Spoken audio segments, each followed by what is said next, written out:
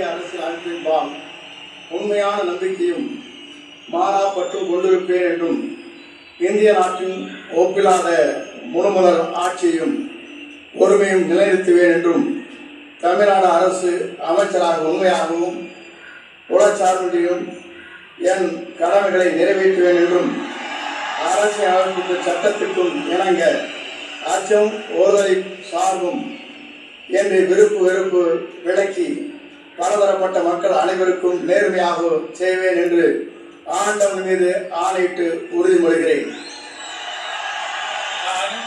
K. Sengottaiyan நான் தமிழ்நாட்டின் அரசியல் அமைச்சர் என்ற முறையில் எனது கவனத்திற்குள்ளாவது தெரிய வருவதுமான எந்த பொருளையும் அமைச்சரின் கடமைகளை உரியவாறு நிறைவேற்றி தேவையான அளவுக்கின்றி ஒருவரிடமோ பலரிடமோ நேர்முகமாகவோ மறைமுகமாகவோ அறிவிக்கவோ வெளிப்படுத்தவோ மாட்டேன் என்று ஆண்டவன் மீது ஆணையிட்டு உறுதிமொழிகிறேன்.